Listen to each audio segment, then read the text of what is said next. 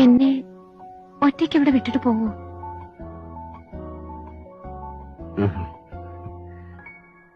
ഒന്നറിഞ്ഞാ കൊള്ളാം, സാവിത്രിക്ക് എന്റെ എന്നെ ഇഷ്ടമായത്.